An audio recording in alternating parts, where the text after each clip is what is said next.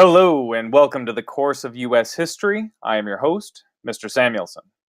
Last time we were together, we looked at the development of an American way of life, particularly in the view of social class and in political education in the American colonies. Today, we're going to be looking at the French and Indian War, an event that is really going to push the colonists further in the direction of independence, more because of the fallout of the war than the actions of the war. But it's important for us to get into this war to see what is going on. Let's start by understanding that the French and the English have been competing at this point for a while to see which nation is really the best, which one is the most powerful in Europe. And in the early and mid 1700s, they had fought 3 wars without any real clear victor. They're just testing each other to see who is really the best. Now they're getting ready for a 4th war. And in this 4th war, we're really going to see one nation rise above the other. So let's go. This 4th war is known in European history as the 7 Years' War. And if you talk to an Englishman or a Frenchman, refer to this as the 7 Years' War and they'll know what you're talking about. But in North America, it has historically gone by a different name. It's been called the French and Indian War. This being North American colonists, the Americans, talking about their war against the French and the Indians, the French and Indian War. Now, the causes of war actually began a couple of years before official war was begun. The 7 Years' War actually lasts 9 years if you count the 2 years of fighting in North America before England and France really get involved. Now, this war begins as a conflict over fur trade in the Ohio Valley. British settlers were moving into that region. But most of the natives in the region did not like the encroachment of British settlers. British settlers had a tendency to clear the forests and start farms. The French were more accommodating. The natives could live their lifestyle and just trade furs with the French, and everybody profited. So the Native Americans wanted to support these French claims and the French fur traders instead. In the 1750s, the French start to realize that the English coming in represent a real, true threat. So they start to increase their efforts to hold the land, including the construction of numerous forts. This is a representation of Fort Duquesne, which becomes an important fort in the French and Indian War. And this is just one of several that the French are building to protect their claims in Ohio. Now, the colonial response to that is led by Virginia. Virginia claimed control of the Ohio Valley. They always said that Ohio was a part of Virginia. If you look at this map here, you can see everything in yellow here has been claimed by Virginia under their charter. This is all a part of colonial Virginia. We've only focused on the small coastal areas because that's the only place the English have settled. But their charter pushed all the way out from sea to sea, so it actually extended past the Mississippi River as well. So Virginia is seeing the French forts as a threat to their claims to the area, and they want to make sure that Ohio remains there. So they send a fairly little-known man at the time, a man by the name of George Washington. He'll come back into our story just a little bit coming up pretty soon. So remember this name, George Washington. He's kind of a big deal. He's going to lead a small force of Virginians, about 150 men, into Ohio. And he's going to meet some French soldiers, and they get into a little scuffle, not a major battle. But George Washington pretty quickly realizes that he is outnumbered by the French in the area. And he retreats, and they quickly build a small fort, which they call Fort Necessity, but it's completely inadequate to defend themselves against the French. And the French do attack them at Fort Necessity, and George Washington is defeated, and the French have kind of staked their claim to the region. This is ours. You Virginians, go home. Well, In Albany, Albany's in New York, this guy right here, remember Ben Franklin? Yeah, he's another one of those people that keeps popping up in our story.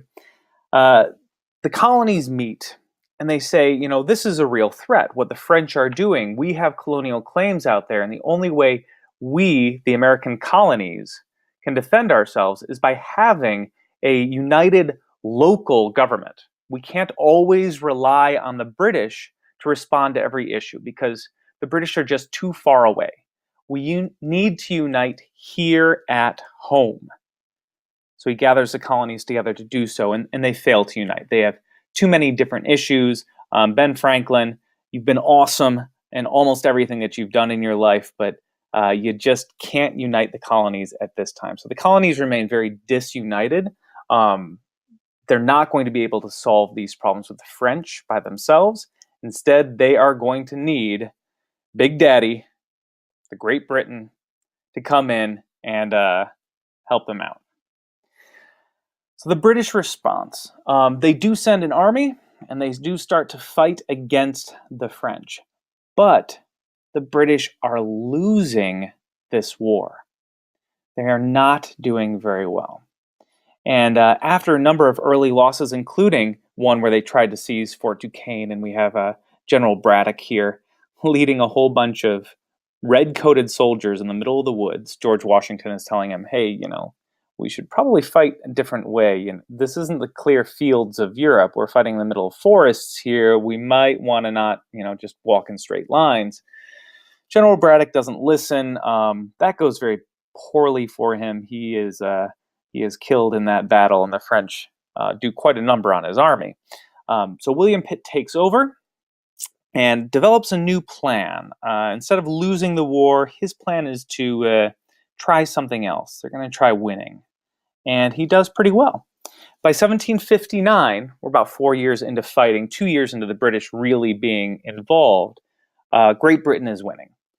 They have doubled their efforts. They've sent some of their best commanders, and they're winning the war for Ohio. And they start to look even bigger. Say, this doesn't need to just be a war about Ohio. We can take over all of New France if we really push. Particularly because New France, their main cities, their main forts, all depend on this St. Lawrence River, which connects the Great Lakes to the Atlantic Ocean. And they start to focus in on this one city, Quebec in particular, knowing that if they take Quebec, they can strangle the rest of New France, cut off all of their support, all of their reinforcements, all of their supplies. If they can take Quebec, they can end this war. This plan is working so far. Let's see how this one goes. Now the Battle of Quebec goes in favor of the British. The British do attack that city. They attack this city, which is up on these cliffs. It's very well positioned, but they are able to sneak up those cliffs in a spot where they couldn't be seen, reassemble their armies up here on those plains, the Plains of Abraham, and fight the French defenders in such a way that they were able to overwhelm them. They capture the city of Quebec, and French power collapses in North America following this fight. So the two powers do meet. They meet in Paris, 1763, and France is forced to admit defeat. They have now fought 4 wars to see which one of those two powers, Britain or France, is the most powerful, is the most dominant, and Britain has won. Britain is now the most powerful nation in Europe, the most powerful nation in the world at this time by some measures, and the French are quite upset about this, but they do have a plan for getting back at Britain one day, and they'll be looking for that opportunity. At the end of this war, Britain does gain all of Canada. This map shows you kind of what it looked like before the war. So focusing here mostly on North America, we see the yellow is Great Britain, and the red is France. Now this is all very sparsely populated. It's just fur trading up there. These are the British colonies. This is where most of the Americans are. And this was all New France, which had kind of surrounded them. It extended all the way from the Atlantic Ocean to the far ends of the Louisiana Territory, which is everything that's all the water that feeds into the Mississippi River. Now, at the end of this war, all of this New France territory goes to Great Britain. The French lose everything in North America except for some fishing rights up here and the colony of Saint-Domingue, modern-day Haiti, down in the Caribbean. Everything else is lost to the French. The British also received Florida from the Spanish to make this united block of British territories. However, Spain, which had fought in this war very briefly, they were able to gain something for their loss. They lost Florida, but they also gained the western half of the Louisiana Territory. To show you a little bit more closely the difference between these two lines, here's our before picture, the start of the war, 1754, and at the end of the war. See that those lines have really shifted, and the British now have a pretty solid control of everything east of the Mississippi River. All right, we got to talk about something, because I changed up some language on us in this last episode, and I'm going to explain to you briefly here why I did that. England, as in the English colonies in America and all these Englishmen that we've been talking about so far, England is one country on the island of Britain. So you have England, you have Wales, and you have Scotland. 3 countries on one island. England has been the focus of most of our conversation going forward. Understand that they didn't control the entire island. Scotland was this whole other thing. Now, in 1707, England, Wales, and Scotland are joined together in a union called the United Kingdom of Great Britain. Now, Wales had been dominated by England since the Middle Ages. It's a separate country, but governed by England. Scotland had always been separate. They'd had a number of wars between the two, and England always wanted to control Scotland, and sometimes they were able to, sometimes they weren't. But in 1707, they simply gave up the fight. They united the crowns of Scotland and England and created this one nation, the United Kingdom of Great Britain. That happened in 1707. Now, just so we understand where we are today as well, today we don't call them Great Britain, we call them the United Kingdom. And that comes down to the addition of Northern Ireland. Northern Ireland is today a part of the United Kingdom, and they are all governed together. So let's look at outside-in picture here. We have the British Isles. The British Isles refer to both the island of Ireland and the island of Great Britain.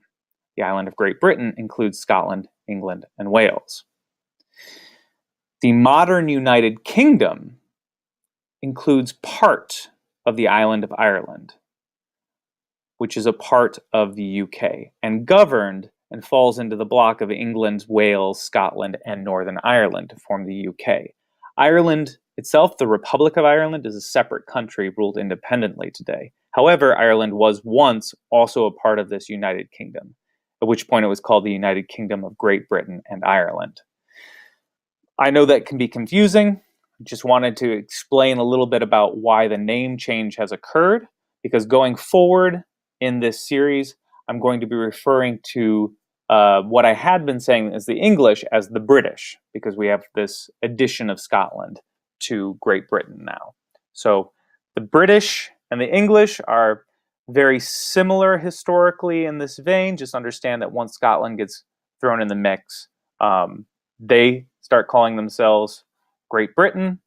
I am going to take that as well and refer to them as the British going forward. So that's what I'm going to do. I hope that you enjoyed today's lesson. Next time we're going to be looking at taxes and boycotts. This is some of the fallout of the French and Indian War that we talked about before, and that is going to help lead toward eventual independence. Thank you for joining me today for the course of U.S. history, and farewell.